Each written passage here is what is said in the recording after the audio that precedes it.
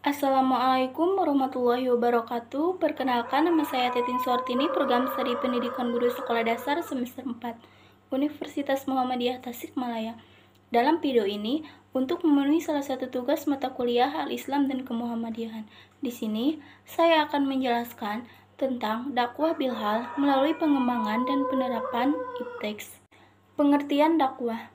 Dakwah berasal dari kata bahasa Arab ya'du dawatan, yang berarti panggilan, ajakan, dan seruan. Secara semantik, kata dakwah adalah Islam mahdar. Jika dilihat dari pengertian istilah, dakwah mempunyai dua pengertian. Yang pertama, dakwah adalah tabligh atau penyebaran agama. Yang kedua, menurut AMR, semua usaha pengajaran Islam di semua kehidupan. Pengertian di atas mengandung dua unsur, yaitu satu, unsur usaha pengembangan Islam yang beragama lain atau tidak beragam agar memeluk Islam. Yang kedua, unsur usaha merealisasi ajaran agama Islam bagi yang sudah mengakui atau memeluk Islam supaya mengamalkan ajarannya. Sedangkan secara terminologi, dakwah adalah ajakan keselamatan, kebaikan dunia dan akhirat.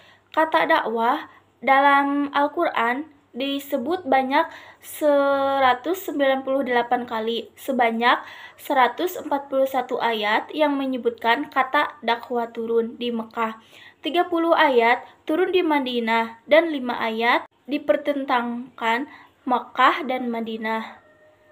Ketika masyarakat memasuki era globalisasi dengan dukungan ilmu, pengetahuan, dan teknologi, tantangan yang dihadapi semakin rumit.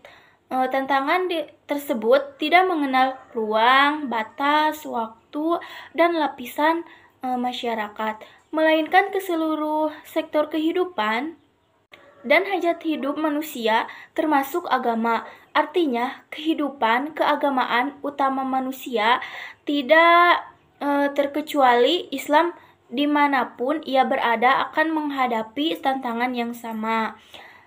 Soejat Moko mendasarkan bahwa agama pun kini sedang diuji dan ditantang oleh zaman Soejat Moko 1948.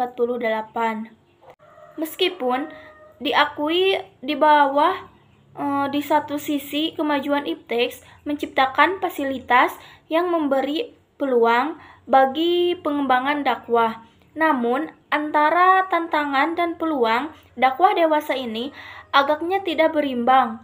Tantangan dakwah yang amat kompleks dewasa ini dapat dilihat dari minimal dari 3 perspektif, yaitu perspektif perilaku, behavior is perspektif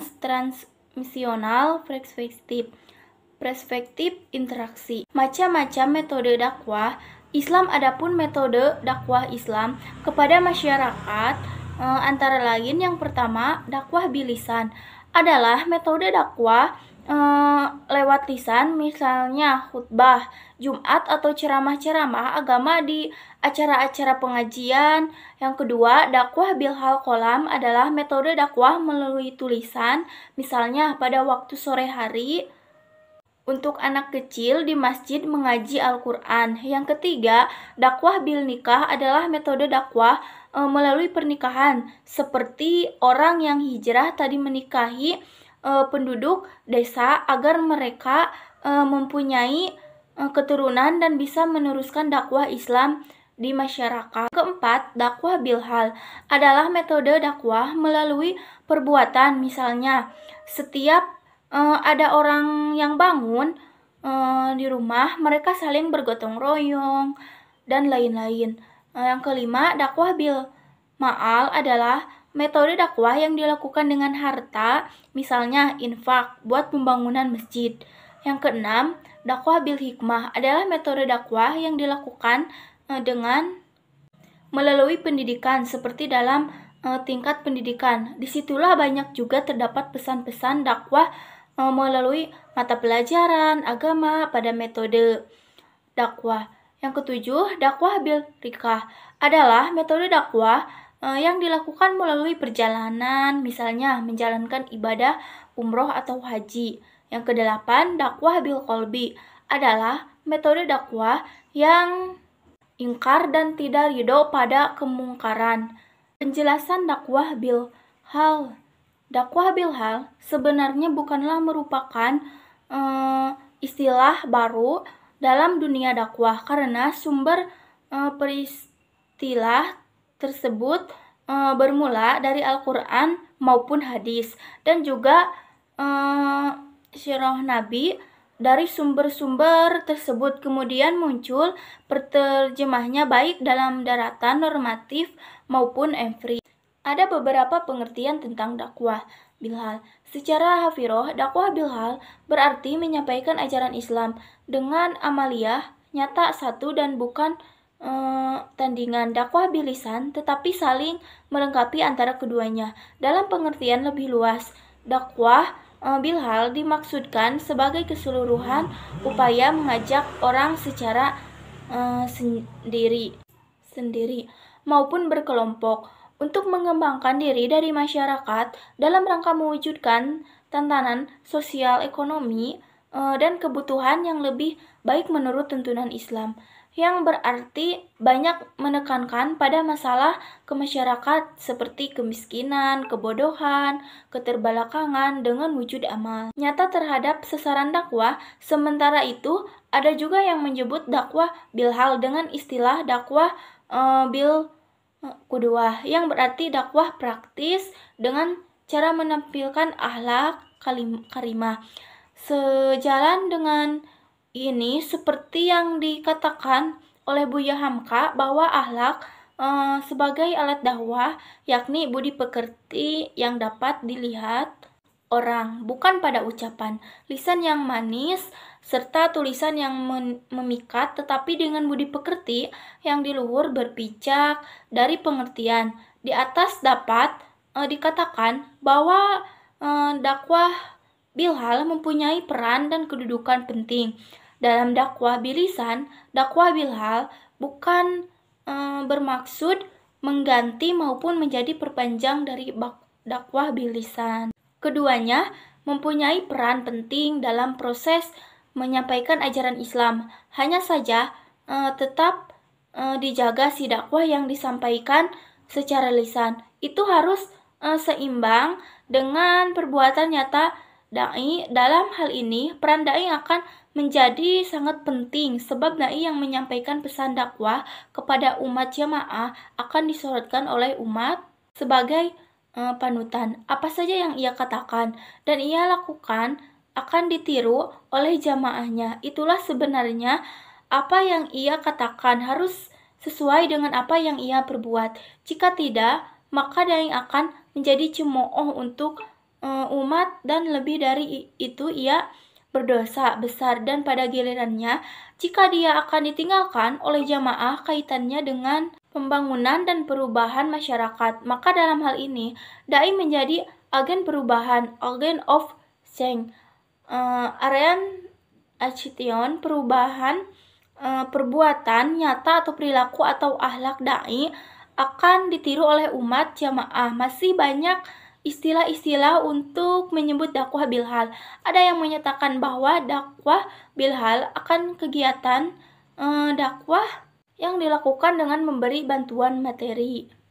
Tentunya mewujudkan beraneka ragam, dapat berupa bantuan yang diberikan pada orang lain, baik bantuan moral maupun materi. Sebagai firman Allah, "Mengapa kamu tidak mau berperang di jalan Allah dan membela orang-orang yang lebih baik, laki-laki, wanita, dan anak-anak?" Dalam ayat ini terdapat dorongan yang kuat agar kaum muslimin membela membantu saudaranya yang lemah, mempunyai beban masalah dengan cara mengetuk pintu hati seorang yang memiliki perasaan dan berkeinginan baik.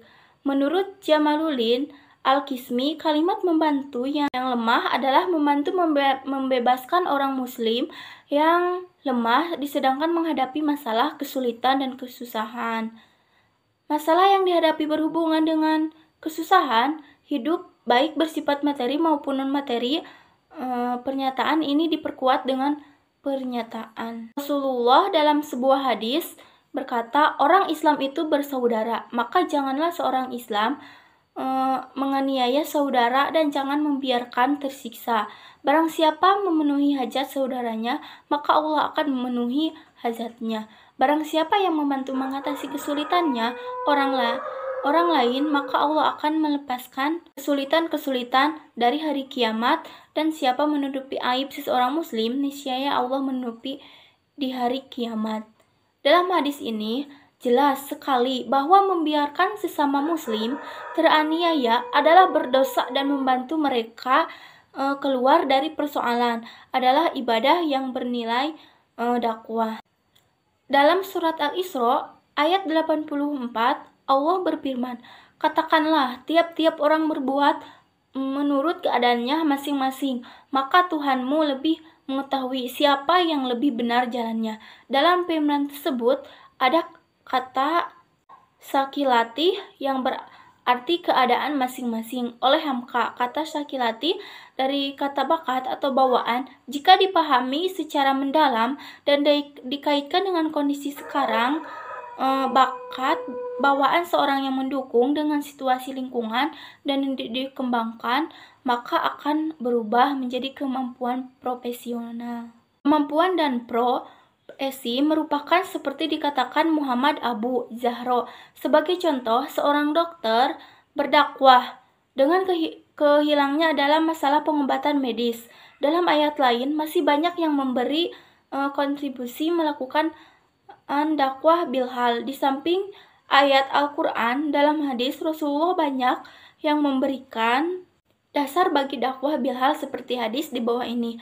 Dari Anas R.A. berkata, tidak pernah Rasulullah Shallallahu Alaihi Wasallam diminta sesuatu melainkan pasti ia memberikan. Sungguh telah datang seorang peminta kepadanya, maka diberinya kambing yang berada di antara dua bukit. Maka ia kembali kepada kaumnya dan mengajak mereka, hai kaumku, segeralah kamu masuk Islam, karena Muhammad memberi kepada seorang yang sama sekali tidak khawatir habis atau menjadi miskin.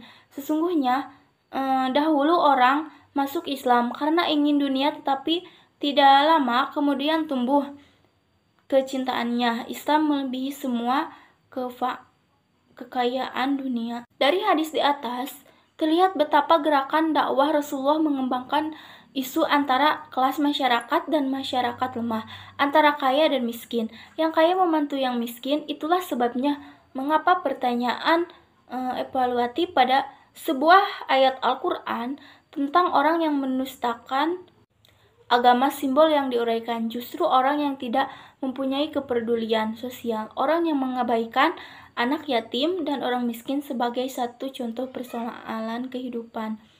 Terima kasih yang saya dapat paparkan, mudah-mudahan ada manfaatnya. Wassalamualaikum warahmatullahi wabarakatuh.